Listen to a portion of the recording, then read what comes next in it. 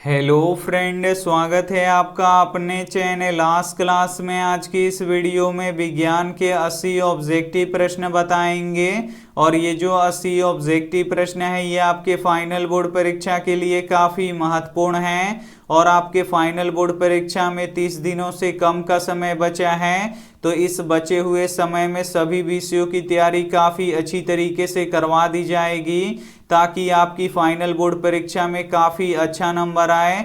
और रोज़ सुबह 5:30 बजे आप हमसे ज़रूर जुड़िएगा ताकि आपका फाइनल बोर्ड परीक्षा में काफ़ी अच्छा नंबर आए। तो आइए शुरू करते हैं पहले नंबर प्रश्न से। तो पहला नंबर प्रश्न है कि पवन चक्की को चलने के लिए हवा की चाल कितना होनी चाहिए। काफ़ी महत्वपूर्ण प्रश्न है। यहाँ पे आपको बताना है कि पवन चक्की को चलने के लिए हवा की चाल कितना होना चाहिए। तो 15 किलोमीटर प्रति घंटा से अधिक का होना चाहिए। यहाँ पे ए वाला ऑप्शन बिल्कुल ही सही हो जाएगा। और पवन चक्कियों का देश किसे कहा जाता है, तो डेनमार्क को कहा जाता है। तो ये भी साथ में आपको याद रखना है। आइए देखते हैं अगला प्रश्न। 2 नंबर प्रश्न है कि जीवाश्म ईंधन का उदाहरण निम्न में से कौन सा है। इसमें से आपको बताना है कि जीवाश्म ईंधन का उदाहरण कौन सा है। तो जो कोयला होता है ये जीवाश्म ईंधन का उदाहरण होता है। यहाँ पे ए वाला ऑप्शन बिल्कुल ही सही हो जाएगा। और जो कोयला होता है ये ऊर्जा का अनवीकरणीय स्रोत होता है। तो ये भी साथ में आपको याद रखना है। और कोयला 4 प्रकार के होता है तो ये भी साथ में आपको याद रखना है। आइए देखते हैं अगला प्रश्न। 3 नंबर प्रश्न है कि हाइड्रोजन बम किस क्रिया पर आधारित है। यहाँ पे आपको बताना है कि हाइड्रोजन बम किस क्रिया पर आधारित होता है। तो ये नाभिकीय संलयन की क्रिया पर आधारित होता है। यहाँ पे बी वाला ऑप्शन बिल्कुल ही सही हो जाएगा। और जो परमाणु बम होता है वो नाभिकीय विखंडन की अभिक्रिया पर आधारित होता है। तो ये भी साथ में आपको याद रखना है। आइए देखते हैं अगला प्रश्न। 4 नंबर प्रश्न है कि पृथ्वी का विभव होता है। यहाँ पे आपको बताना है कि पृथ्वी का विभव होता है। तो पृथ्वी का विभव 0 होता है, इसे आपको याद रखना है। यहाँ पे सी वाला ऑप्शन बिल्कुल ही सही हो जाएगा। आइए देखते हैं अगला प्रश्न। 5 नंबर प्रश्न है कि 1 माइक्रो एम्पियर किसके बराबर होता है। यहाँ पे आपको बताना है कि 1 माइक्रो एम्पियर किसके बराबर होता है। तो 10⁻⁻6 के बराबर होता है, इसे आपको याद रखना है। यहाँ पे सी वाला ऑप्शन बिल्कुल ही सही हो जाएगा। आइए देखते हैं अगला प्रश्न। 6 नंबर प्रश्न है कि निम्न में से कौन प्रबल अम्ल है। इसमें से आपको बताना है कि कौन प्रबल अम्ल है। तो जो सल्फ्यूरिक अम्ल होता है वो प्रबल अम्ल होता है। यहाँ पे बी वाला ऑप्शन बिल्कुल ही सही हो जाएगा। और लैक्टिक अम्ल किस में पाया जाता है, तो दूध दहियों में पाया जाता है, इसे आपको याद रखना है। और चींटियों में फॉर्मिक अम्ल पाया जाता है, तो ये भी साथ में आपको याद रखना है। आइए देखते हैं अगला प्रश्न। 7 नंबर प्रश्न है कि पीएच में पी सूचक होता है। जो पीएच स्केल होता है इसमें पी किसका सूचक होता है, तो ये पोटेंशियल का सूचक होता है, इसे आपको याद रखना है। यहाँ पे बी वाला ऑप्शन बिल्कुल ही सही हो जाएगा। और पीएच स्केल का आविष्कार किसने किया, तो सोरेनसन ने किया, इसे आपको याद रखना है। और पीएच स्केल पर 0 से लेकर 14 तक की संख्याएं अंकित होती हैं, तो ये भी साथ में आपको याद रखना है। आइए देखते हैं अगला प्रश्न। 8 नंबर प्रश्न है कि हाइड्रोजन युक्त सभी यौगिक होते हैं। यहाँ पे आपको बताना है कि हाइड्रोजन युक्त सभी यौगिक होते हैं तो अम्लीय होते हैं, इसे आपको याद रखना है। यहाँ पे ए वाला ऑप्शन बिल्कुल ही सही हो जाएगा। और अम्ल का पीएच मान 0 से लेके 6 के बीच में होता है। और क्षार का पीएच मान 7 से लेके 14 के बीच में होता है। और उदासीन विलयन का पीएच मान 7 होता है, तो ये भी साथ में आपको याद रखना है। आइए देखते हैं अगला प्रश्न। 9 नंबर प्रश्न है कि अपने शुद्ध रूप में धातु की सतह कैसा होता है। यहाँ पे आपको बताना है कि अपने शुद्ध रूप में धातु की सतह कैसा होता है, तो चमकदार होता है, इसे आपको याद रखना है। यहाँ पे ए वाला ऑप्शन बिल्कुल ही सही हो जाएगा। और धातु के बाह्यतम कक्षा में कितने इलेक्ट्रॉन होते हैं, तो 1, 2 या 3 इलेक्ट्रॉन होते हैं, तो ये भी साथ में आपको याद रखना है। आइए देखते हैं अगला प्रश्न।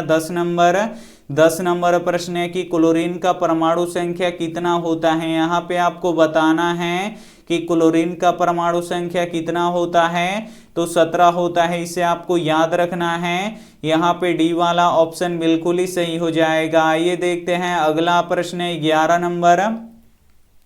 11 नंबर प्रश्न है कि सोना का परमाणु संख्या कितना होता है। यहाँ पे आपको बताना है कि सोना का परमाणु संख्या कितना होता है, तो 79 होता है। यहाँ पे सी वाला ऑप्शन बिल्कुल ही सही हो जाएगा। और जो सोना होता है ये सबसे अधिक तन्य धातु होता है, इसे आपको याद रखना है। 1 ग्राम सोना से लगभग 2 किलोमीटर लंबा तार खींचा जा सकता है, तो ये भी साथ में आपको याद रखना है। आइए देखते हैं अगला प्रश्न 12 नंबर। 12 नंबर प्रश्न है कि आधुनिक आवर्त सारणी में तत्वों के वर्गीकरण का आधार क्या है। ए ऑप्शन है परमाणु संख्या, बी ऑप्शन है परमाणु द्रव्यमान, सी ऑप्शन है दोनों, डी ऑप्शन है इनमें से कोई नहीं। तो आधुनिक आवर्त सारणी में तत्वों के वर्गीकरण का आधार क्या है, तो परमाणु संख्या है, इसे आपको याद रखना है। यहाँ पे ए वाला ऑप्शन बिल्कुल ही सही हो जाएगा। और आधुनिक आवर्त सारणी किसने बनाया, तो मोसले ने बनाया। और आधुनिक आवर्त सारणी में वर्ग कितने हैं, तो वर्ग 18 हैं। और आवर्त कितने हैं, तो 7 हैं, तो ये भी साथ में आपको याद रखना है। आइए देखते हैं अगला प्रश्न 13 नंबर। 13 नंबर प्रश्न है कि पीत कहाँ से स्रावित होता है। यहाँ पे आपको बताना है कि पीत कहाँ से स्रावित होता है, तो जो पीत होता है ये यकृत से स्रावित होता है, इसे आपको याद रखना है। यहाँ पे ए वाला ऑप्शन बिल्कुल ही सही हो जाएगा। और जो यकृत होता है यानी जो लीवर होता है ये शरीर की सबसे बड़ी ग्रंथि होता है, तो ये भी साथ में आपको याद रखना है। आइए देखते हैं अगला प्रश्न 14 नंबर। 14 नंबर प्रश्न है कि मानव आहार नल का सबसे लंबा भाग कौन सा है। काफी महत्वपूर्ण प्रश्न है। यहाँ पे आपको बताना है कि मानव आहार नल का सबसे लंबा भाग कौन सा है, तो छोटी आंतें। यहाँ पे सी वाला ऑप्शन बिल्कुल ही सही हो जाएगा। और भोजन का पूर्ण पाचन कहाँ पे होता है, तो छोटी आंत में होता है, तो ये भी साथ में आपको याद रखना है। विज्ञान के 80 ऑब्जेक्टिव प्रश्न बताएंगे, तो एक भी प्रश्न आप लोग इसकी मत कीजिएगा। वीडियो को प्लीज आप लोग शुरू से लेके अंत तक देखिएगा। और लास्ट में हम आपको बताएंगे कि आप लोग ऑनलाइन टेस्ट कैसे दे सकते हैं और पीडीएफ कहां से डाउनलोड कर सकते हैं, प्रीवियस ईयर क्वेश्चन बैंक का आप लोग रिवीजन कहां से कर सकते हैं, तो ये हम लास्ट में बताएंगे। तो आप लोग वीडियो को लास्ट तक जरूर देखिएगा। आइए देखते हैं अगला प्रश्न 15 नंबर। 15 नंबर प्रश्न है कि प्रकाश संश्लेषण की क्रिया में कौन सा पदार्थ बनता है। यहाँ पे आपको बताना है कि प्रकाश संश्लेषण की क्रिया में कौन सा पदार्थ बनता है, तो ग्लूकोज बनता है। यहाँ पे सी वाला ऑप्शन बिल्कुल ही सही हो जाएगा। और ग्लूकोज का रासायनिक सूत्र क्या होता है, तो C6H12O6 होता है, इसे आपको याद रखना है। और प्रकाश संश्लेषण की क्रिया में किस गैस का उपयोग होता है, तो कार्बन डाइऑक्साइड गैस का उपयोग होता है, इसे आपको याद रखना है। और प्रकाश संश्लेषण की क्रिया में कौन सा गैस बाहर निकलता है, तो ऑक्सीजन गैस बाहर निकलता है, तो ये भी साथ में आपको याद रखना है। आइए देखते हैं अगला प्रश्न 16 नंबर। 16 नंबर प्रश्न है कि कौन सी क्रिया सभी जीवों के लिए अनिवार्य है, जरूरी है। यहाँ पे आपको बताना है कि कौन सी क्रिया सभी जीवों के लिए अनिवार्य है, तो श्वसन की क्रिया सभी जीवों के लिए अनिवार्य है। यहाँ पे बी वाला ऑप्शन बिल्कुल ही सही हो जाएगा। और श्वसन की क्रिया में सभी जीव जंतु ऑक्सीजन गैस का उपयोग करते हैं और कार्बन डाइऑक्साइड छोड़ते हैं, तो ये भी साथ में आपको याद रखना है। आइए देखते हैं अगला प्रश्न 17 नंबर। 17 नंबर प्रश्न है कि जनन कितने प्रकार के होते हैं, तो जनन 2 प्रकार के होते हैं, इसे आपको याद रखना है। यहाँ पे बी वाला ऑप्शन बिल्कुल ही सही हो जाएगा। पहल का होता है लैंगिक जनन और दूसरा होता है अलैंगिक जनन, तो ये भी साथ में आपको याद रखना है। आइए देखते हैं अगला प्रश्न 18 नंबर। 18 नंबर प्रश्न है कि निम्न में से नर युग्मक क्या है। इसमें से आपको बताना है कि नर युग्मक क्या है, तो नर युग्मक शुक्राणु है। यहाँ पे सी वाला ऑप्शन बिल्कुल ही सही हो जाएगा। और शुक्राणु कहाँ पे बनता है, तो वृषण में बनता है, इसे आपको याद रखना है। और स्त्रियों में अंडाशय की संख्या कितनी होती है, तो 2 होती है, तो ये भी साथ में आपको याद रखना है। आइए देखते हैं अगला प्रश्न 19 नंबर। 19 नंबर प्रश्न है कि भ्रूण का विकास कहाँ होता है। यहाँ पे आपको बताना है कि भ्रूण का विकास कहाँ होता है, तो गर्भाशय में होता है, इसे आपको याद रखना है। यहाँ पे ए वाला ऑप्शन बिल्कुल ही सही हो जाएगा। आइए देखते हैं अगला प्रश्न 20 नंबर। 20 नंबर प्रश्न है कि पौधों के मादा भाग को क्या कहते हैं। यहाँ पे आपको बताना है कि पौधों के मादा भाग को क्या कहते हैं, तो जयांग कहते हैं। यहाँ पे ए वाला ऑप्शन बिल्कुल ही सही हो जाएगा। आइए देखते हैं अगला प्रश्न 21 नंबर। 21 नंबर प्रश्न है कि एक लिंगी पुष्पी पौधे का उदाहरण है। इसमें से आपको बताना है कि कौन एक लिंगी पुष्पी पौधे का उदाहरण है, तो पपीता है, इसे आपको याद रखना है। यहाँ पे ए वाला ऑप्शन बिल्कुल ही सही हो जाएगा। और द्विलिंगी पुष्पी पौधे का उदाहरण गुलाब होता है, तो ये भी साथ में आपको याद रखना है। आइए देखते हैं अगला प्रश्न 22 नंबर। 22 नंबर प्रश्न है कि विश्राम अवस्था में मनुष्य का हृदय 1 मिनट में कितनी बार धड़कता है। तो जो मनुष्य का हृदय होता है ये 1 मिनट में 72 बार धड़कता है, इसे आपको याद रखना है। यहाँ पे सी वाला ऑप्शन बिल्कुल ही सही हो जाएगा। और सबसे तेज गति से हृदय धड़कन किसका होता है, तो चूहा का होता है, इसे आपको याद रखना है। चूहा का हृदय 1 मिनट में 650 बार धड़कता है, तो ये भी साथ में आपको याद रखना है। आइए देखते हैं अगला प्रश्न 23 नंबर। 23 नंबर प्रश्न है कि कार्बन की संयोजकता कितना होता है। यहाँ पे आपको बताना है कि कार्बन की संयोजकता कितना होता है, तो कार्बन की संयोजकता 4 होता है, इसे आपको याद रखना है। और कार्बन का परमाणु संख्या कितना होता है, तो 6 होता है, तो ये भी साथ में आपको याद रखना है। यहाँ पे ए वाला ऑप्शन बिल्कुल ही सही हो जाएगा। आइए देखते हैं अगला प्रश्न 24 नंबर। 24 नंबर प्रश्न है कि निम्न में से कौन सा यौगिक ईंधन के रूप में प्रयोग होता है। इसमें से आपको बताना है कि कौन सा यौगिक ईंधन के रूप में प्रयोग होता है, तो इथेनॉल प्रयोग होता है। यहाँ पे ए वाला ऑप्शन बिल्कुल ही सही हो जाएगा। आइए देखते हैं अगला प्रश्न 25 नंबर। 25 नंबर प्रश्न है कि सौर सेल बनाने के लिए किसका उपयोग किया जाता है, तो सौर सेल बनाने के लिए सिलिकॉन का उपयोग किया जाता है। यहाँ पे डी वाला ऑप्शन बिल्कुल ही सही हो जाएगा। और जो सिलिकॉन होता है ये उपधातु होता है, तो ये भी साथ में आपको याद रखना है। आइए देखते हैं अगला प्रश्न 26 नंबर। 26 नंबर प्रश्न है कि पत्तियों में गैसों का आदान प्रदान किससे होता है। यहाँ पे आपको बताना है कि पत्तियों में गैसों का आदान प्रदान किससे होता है, तो रंध्र के द्वारा होता है। यहाँ पे बी वाला ऑप्शन बिल्कुल ही सही हो जाएगा। और पत्तियों का रंग हरा किसके कारण से दिखाई देता है, तो क्लोरोफिल के कारण से दिखाई देता है, तो ये भी साथ में आपको याद रखना है। आइए देखते हैं अगला प्रश्न 27 नंबर। 27 नंबर प्रश्न है कि आभूषण बनाने वाला सोना होता है। यहाँ पे आपको बताना है कि गहना बनाने वाला सोना होता है, तो 22 कैरेट का होता है, इसे आपको याद रखना है। यहाँ पे ए वाला ऑप्शन बिल्कुल ही सही हो जाएगा। और शुद्ध सोना 24 कैरेट का होता है। और जो 24 कैरेट का सोना होता है ये मुलायम होता है, तो ये भी साथ में आपको याद रखना है। आइए देखते हैं अगला प्रश्न 28 नंबर। 28 नंबर प्रश्न है कि रक्त में शर्करा की मात्रा को कौन नियंत्रित करता है। यहाँ पे आपको बताना है कि रक्त में शर्करा की मात्रा को कौन नियंत्रित करता है, तो इंसुलिन नियंत्रित करता है, इसे आपको याद रखना है। यहाँ पे बी वाला ऑप्शन बिल्कुल ही सही हो जाएगा। और जब इंसुलिन की कमी हो जाती है शरीर में तो मधुमेह यानी शुगर रोग हो जाता है, तो ये भी साथ में आपको याद रखना है। आइए देखते हैं अगला प्रश्न 29 नंबर।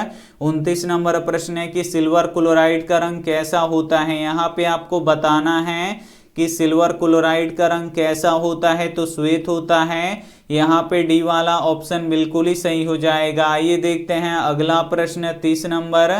30 नंबर प्रश्न है कि विद्युत धारा उत्पन्न करती है। इसमें से आपको बताना है कि कौन विद्युत धारा उत्पन्न करती है, तो चुंबकीय क्षेत्र उत्पन्न करती है। यहाँ पे ए वाला ऑप्शन बिल्कुल ही सही हो जाएगा।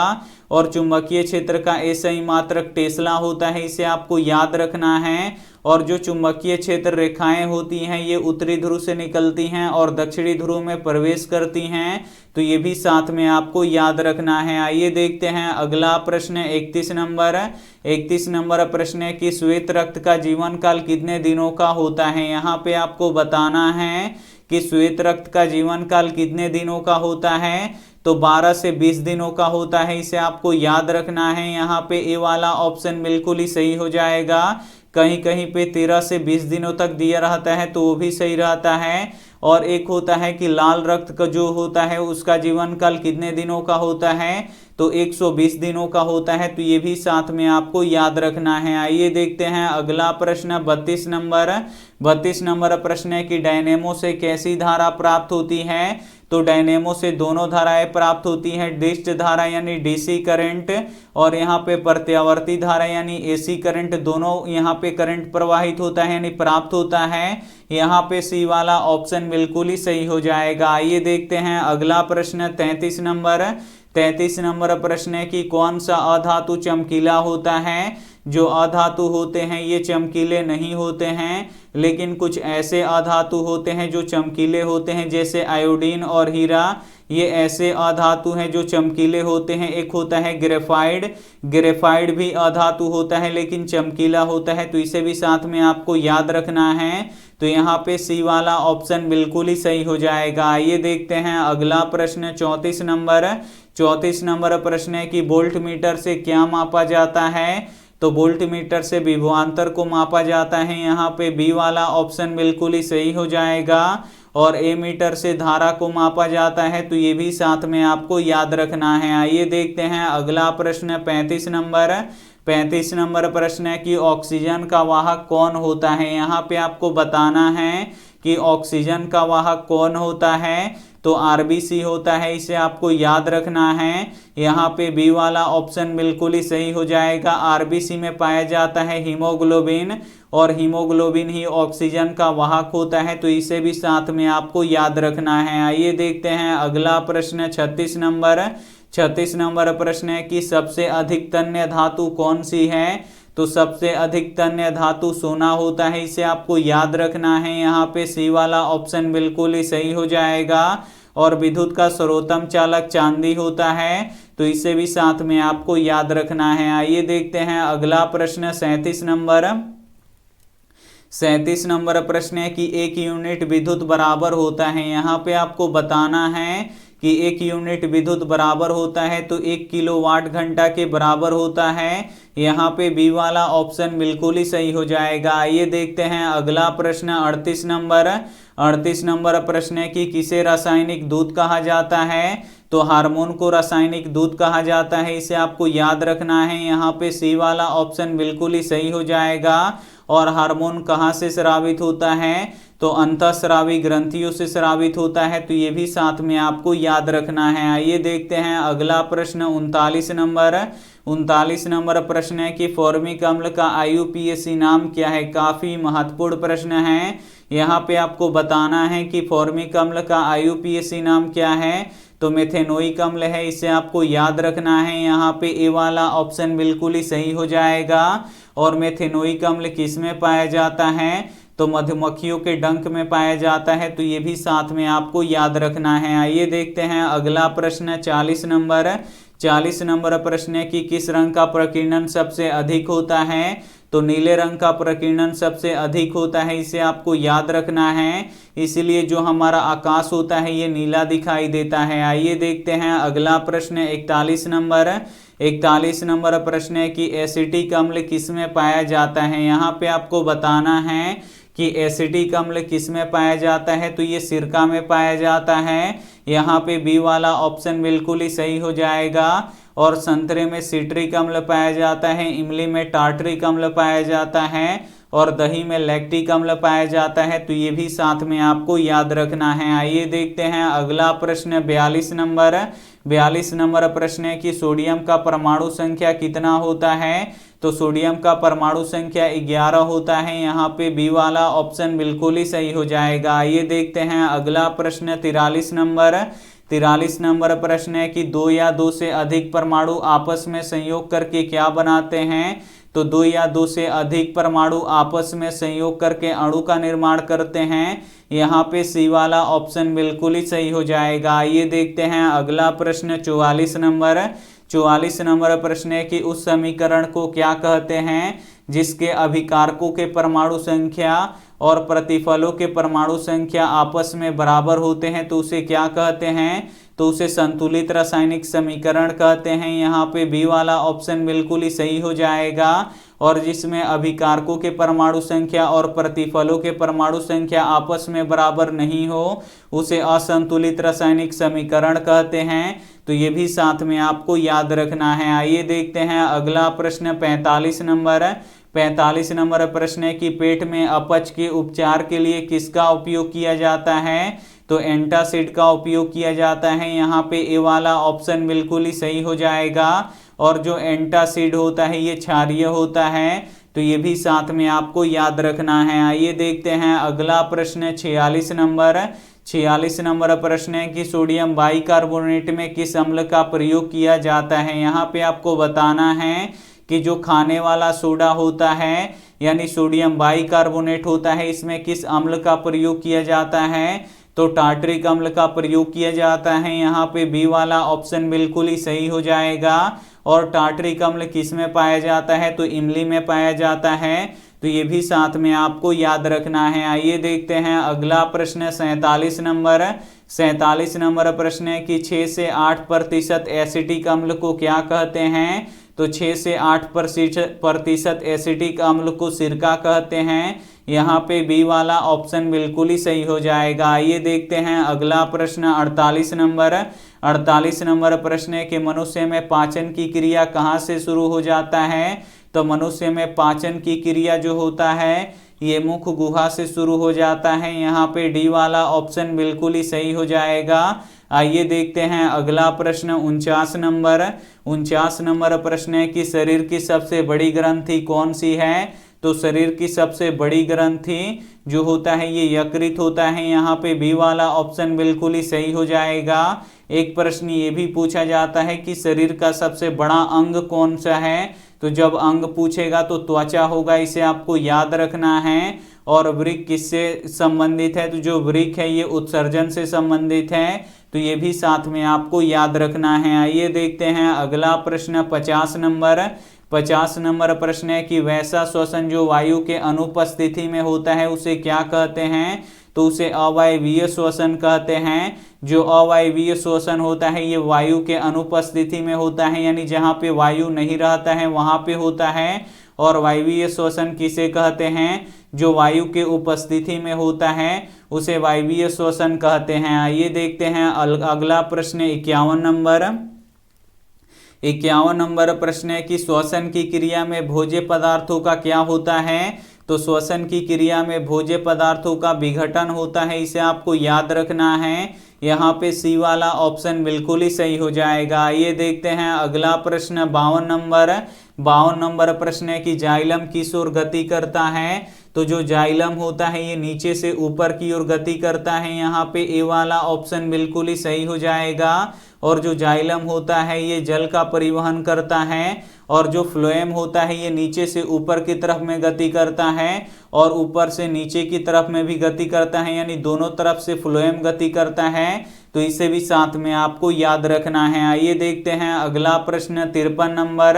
53 नंबर प्रश्न है कि पेड़ पौधों में जल में घुलनशील खनिज लवण का परिवहन कौन करता है? तो जाइलम करता है, इसे आपको याद रखना है। यहाँ पे ए वाला ऑप्शन बिल्कुल ही सही हो जाएगा। और पेड़ पौधों में जो भोज्य पदार्थ होता है यानी भोजन होता है उसका परिवहन कौन करता है? तो फ्लोएम करता है। तो ये भी साथ में आपको याद रखना है। आइए देखते हैं अगला प्रश्न 54 नंबर।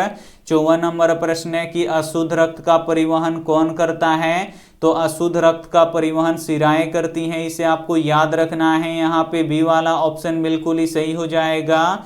और जो शुद्ध रक्त होता है उसे धमनियां परिवहन करती हैं, तो इसे भी साथ में आपको याद रखना है। और अशुद्ध रक्त किसे कहते हैं? तो यहाँ पे जिस रक्त में यहाँ पे कार्बन डाइऑक्साइड मिल जाता है वो अशुद्ध रक्त होता है। और जिस रक्त में ऑक्सीजन मिलता है वो शुद्ध रक्त होता है। तो ये भी साथ में आपको याद रखना है। आइए देखते हैं अगला प्रश्न 55 नंबर।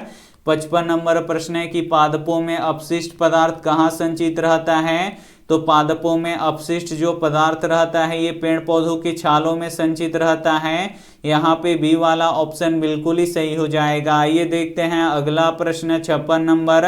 56 नंबर प्रश्न है कि गोलीय दर्पण के मध्य बिंदु को क्या कहते हैं? तो गोलीय दर्पण का जो मध्य बिंदु होता है इसे वक्रता केंद्र कहते हैं। यहाँ पे ए वाला ऑप्शन बिल्कुल ही सही हो जाएगा। और वक्रता केंद्र को सी से सूचित किया जाता है, तो ये भी साथ में आपको याद रखना है। और ध्रुव किसे कहते हैं, तो दर्पण के मध्य बिंदु को दर्पण का ध्रुव कहते हैं। ये जो दर्पण है इसका जो मध्य बिंदु होगा उसे दर्पण का ध्रुव कहते हैं। और द्वारक किसे कहते हैं, तो दर्पण का जो लंबाई होता है उसे दर्पण का द्वारक कहते हैं। तो इसे भी साथ में आपको याद रखना है। आइए देखते हैं अगला प्रश्न 57 नंबर प्रश्न है कि वे पदार्थ जिससे प्रकाश आसानी से आर पार कर सके उसे क्या कहते हैं, तो उसे पारदर्शी पदार्थ कहते हैं। यहाँ पे ए वाला ऑप्शन बिल्कुल ही सही हो जाएगा। जो पारदर्शी पदार्थ होगा उससे प्रकाश आसानी से आर पार कर जाएगा। और जो अपारदर्शी पदार्थ होता है जैसे ईंट हो गया, पत्थर हो गया, इससे जो प्रकाश होगा ये आर पार नहीं होगा। तो ये भी साथ में आपको याद रखना है। आइए देखते हैं अगला प्रश्न 58 नंबर प्रश्न है कि प्रतिबिंब कितने प्रकार के होते हैं, तो प्रतिबिंब 2 प्रकार के होते हैं। यहाँ पे ए वाला ऑप्शन बिल्कुल ही सही हो जाएगा। पहला होता है वास्तविक प्रतिबिंब और दूसरा होता है काल्पनिक या आभासी प्रतिबिंब। तो इसे भी साथ में आपको याद रखना है। आइए देखते हैं अगला प्रश्न 59 नंबर प्रश्न है कि मोटर के अग्रदीप यानी हेडलाइट में किस दर्पण का प्रयोग किया जाता है, तो मोटर के अग्रदीप यानी हेडलाइट में अवतल दर्पण का प्रयोग किया जाता है। यहाँ पे बी वाला ऑप्शन बिल्कुल ही सही हो जाएगा। और बैक लाइट में भी अवतल दर्पण का प्रयोग किया जाता है। और मोटर गाड़ी का जो साइड मिरर होता है जिसमें पीछे से आने वाली गाड़ियों को देखा जाता है, उसमें किस दर्पण का प्रयोग किया जाता है, तो उत्तल दर्पण का प्रयोग किया जाता है। तो ये भी साथ में आपको याद रखना है। आइए देखते हैं अगला प्रश्न 60 नंबर प्रश्न है कि किसका अपवर्तनांक सबसे अधिक होता है, तो हीरा का अपवर्तनांक सबसे अधिक होता है। यहाँ पे सी वाला ऑप्शन बिल्कुल ही सही हो जाएगा। हीरा का अपवर्तनांक 2.42 होता है, इसे आपको याद रखना है। और पानी का अपवर्तनांक 1.33 होता है, तो इसे भी साथ में आपको याद रखना है। आइए देखते हैं अगला प्रश्न 61 नंबर प्रश्न है कि यदि आपतन कोण 50 डिग्री का हो तो परावर्तन कोण ज्ञात करें।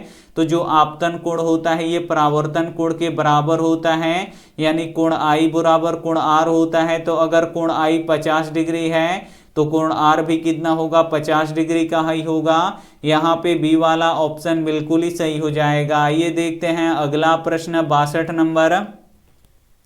62 नंबर प्रश्न है कि किलोवाट घंटा किसका मात्रक होता है। यहाँ पे आपको बताना है कि किलोवाट घंटा किसका मात्रक होता है, तो ये विद्युत ऊर्जा का मात्रक होता है। यहाँ पे सी वाला ऑप्शन बिल्कुल ही सही हो जाएगा। और विद्युत शक्ति का ऐसा ही मात्रक वाट होता है और वाट को W से सूचित किया जाता है। तो ये भी साथ में आपको याद रखना है। आइए देखते हैं अगला प्रश्न 63 नंबर प्रश्न है कि विद्युत हीटर में किस तार का प्रयोग किया जाता है, तो विद्युत हीटर में नाइक्रोम के तार का प्रयोग किया जाता है। यहाँ पे बी वाला ऑप्शन बिल्कुल ही सही हो जाएगा। और जो विद्युत बल्ब का जो ये फिलामेंट होता है ये टंगस्टन का बना होता है।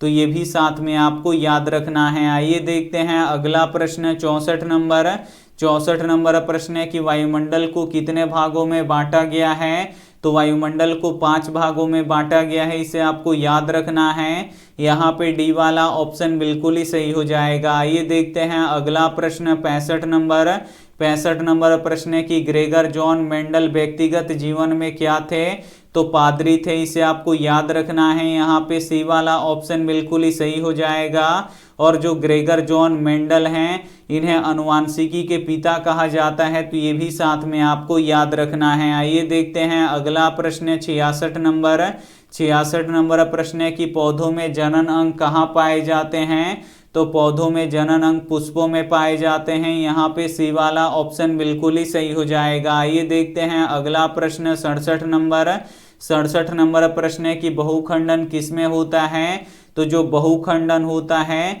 ये होता है मलेरिया परजीवी में, इसे आपको याद रखना है। यहाँ पे सी वाला ऑप्शन बिल्कुल ही सही हो जाएगा। और अमीबा में द्विखंडन होता है, इसे आपको याद रखना है। आइए देखते हैं अगला प्रश्न 68 नंबर प्रश्न है कि मानव मस्तिष्क का औसत भार कितना होता है, तो 1.4 kg यानी 1400 ग्राम होता है, इसे आपको याद रखना है। यहाँ पे सी वाला ऑप्शन बिल्कुल ही सही हो जाएगा। और मानव मस्तिष्क को कितने भागों में बांटा गया है, तो 3 भागों में बांटा गया है, तो ये भी साथ में आपको याद रखना है। आइए देखते हैं अगला प्रश्न 69 नंबर प्रश्न है कि मनुष्य में कितना लीटर खून पाया जाता है, तो मनुष्य में 5 लीटर खून पाया जाता है। यहाँ पे बी वाला ऑप्शन बिल्कुल ही सही हो जाएगा। और जो मनुष्य का खून होता है ये लाल रंग का दिखाई देता है, तो किसके कारण से दिखाई देता है, तो ये हीमोग्लोबिन के कारण से दिखाई देता है। और जो खून होता है इसका पीएच मान कितना होता है, 7.4 होता है। और खून का निर्माण कहाँ पे होता है, तो बोन मैरो में होता है, तो ये भी साथ में आपको याद रखना है। आइए देखते हैं अगला प्रश्न 70 नंबर प्रश्न है कि रक्त में आयरन की कमी से होने वाला एक रोग है, तो रक्त में आयरन की कमी से होने वाला रोग एनीमिया है, इसे आपको याद रखना है। यहाँ पे सी वाला ऑप्शन बिल्कुल ही सही हो जाएगा। आइए देखते हैं अगला प्रश्न 71 नंबर प्रश्न है कि सोना किस द्रव में घुलता है, तो जो सोना होता है ये अम्ल राज में घुलता है। यहाँ पे ए वाला ऑप्शन बिल्कुल ही सही हो जाएगा। आइए देखते हैं अगला प्रश्न 72 नंबर प्रश्न है कि सौर ऊर्जा प्रकाश ऊर्जा को किस ऊर्जा में परिवर्तित करता है। यहाँ पे आपको बताना है कि जो सौर ऊर्जा होता है ये प्रकाश ऊर्जा को किस ऊर्जा में परिवर्तित करता है, तो ये विद्युत ऊर्जा में परिवर्तित करता है। यहाँ पे बी वाला ऑप्शन बिल्कुल ही सही हो जाएगा। ये देखते हैं अगला प्रश्न 73 नंबर प्रश्न है कि कल्पक्कम नाभिकीय विद्युत संयंत्र किस राज्य में स्थित है, तो कल्पक्कम नाभिकीय विद्युत संयंत्र है जो ये तमिलनाडु में स्थित है, इसे आपको याद रखना है। यहाँ पे बी वाला ऑप्शन बिल्कुल ही सही हो जाएगा। ये देखते हैं अगला प्रश्न 74 नंबर प्रश्न है कि डीजल का उपयोग कहाँ होता है, तो डीजल का उपयोग भारी वाहनों में होता है, रेल इंजनों में होता है, विद्युत उत्पादनों में होता है, यानी इनमें से सभी में होता है, तो यहाँ पे डी वाला ऑप्शन बिल्कुल ही सही हो जाएगा। ये देखते हैं अगला प्रश्न 75 नंबर प्रश्न है कि स्विच लगाए जाते हैं, तो स्विच हमेशा गर्म तार में लगाए जाते हैं। यहाँ पे सी वाला ऑप्शन बिल्कुल ही सही हो जाएगा। और गर्म तार का रंग कैसा होता है, तो लाल होता है, तो ये भी साथ में आपको याद रखना है। आइए देखते हैं अगला प्रश्न 76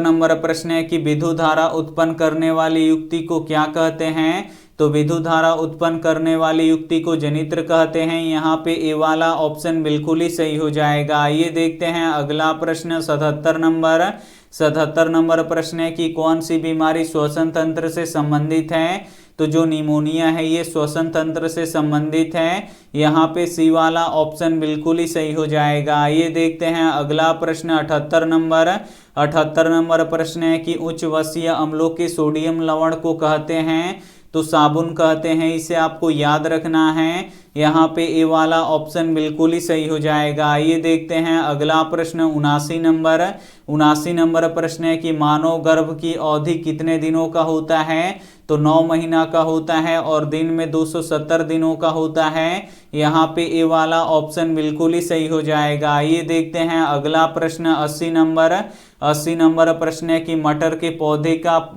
पौधे को अपने प्रयोग के लिए किसने चुना, तो मेंडल ने चुना, इसे आपको याद रखना है। यहाँ पे ए वाला ऑप्शन बिल्कुल ही सही हो जाएगा। यहाँ पे 80 ऑब्जेक्टिव प्रश्न बता चुके हैं जो आपके फाइनल बोर्ड परीक्षा के लिए काफ़ी महत्वपूर्ण रहेगा। और ये रहा आपके लिए यहाँ पे होमवर्क प्रश्न, इसका जवाब आपको कमेंट बॉक्स में देना है कि मानव में डायलिसिस थैली कौन होता है, तो मानव में डायलिसिस थैली जो होता है आपको क्या करना है, हमें कमेंट करके बताना है। अब हम आपको बताते हैं कि आप लोग ऑनलाइन टेस्ट कैसे दे सकते हैं, पीडीएफ और नोट्स कैसे आप लोग यहाँ पे डाउनलोड कर सकते हैं। सबसे पहले आपको अपने फ़ोन का जो क्रोम होता है उसे ओपन कर लेना है और यहाँ पे जो ये सर्च बॉक्स है इसमें लिखना है आपको आस्क क्लास, तो हम यहाँ पे लिख देते हैं ASK और फिर CLASS। यहाँ पे आपको आस्क क्लास लिख के सर्च कर देना है।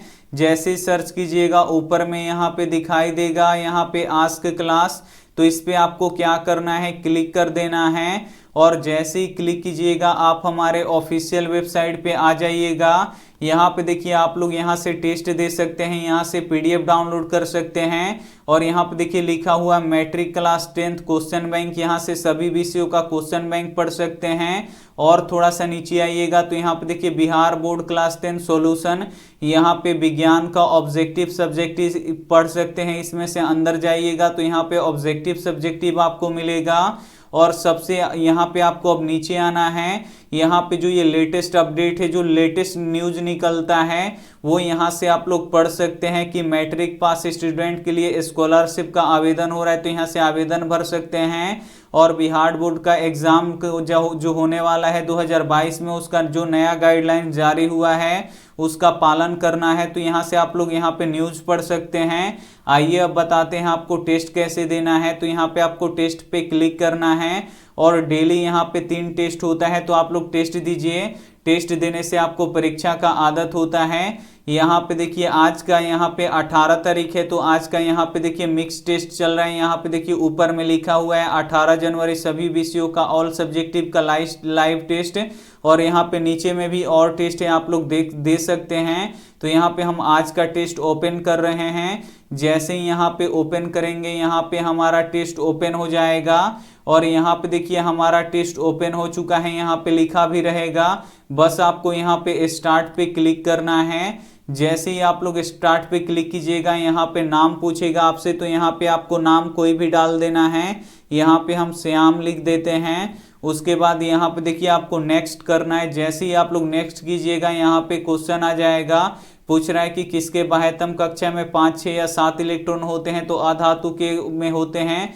तो यहाँ पे देखिए यस लिख देगा। अगर आप लोग गलती करेंगे तो नो लिख देगा। यहाँ पे देखिए स्पष्ट देखने की न्यूनतम दूरी कितनी होती है तो 25 सेंटीमीटर होती है, लेकिन हम यहाँ पे गलत कर रहे हैं जानबूझ के 12 सेंटीमीटर पे लिखेंगे तो यहाँ पे देखिए गलत हो गया और यहाँ पे नो लिख देगा आपके आंसर पे और जो सही होगा वो बताएगा और लास्ट में आपको आंसर भी दिखाएगा कि आपका 20 प्रश्नों में से कितना सही हुआ। तो आप लोग टेस्ट भी जरूर दीजिएगा। Thank you for watching. मिलते हैं अगले वीडियो में, तब तक अपना ध्यान रखिए, मन लगा के पढ़ाई कीजिए और वेबसाइट पे आप लोग विजिट करते रहिए और यहाँ से आप लोग अच्छी तरीके से रिवीजन कर सकते हैं तो आप लोग रिवीजन करते रहिए। Thank you for watching. मिलते हैं अगले वीडियो में, तब तक अपना ध्यान रखिए, मन लगा के पढ़ाई कीजिए। Take care and bye.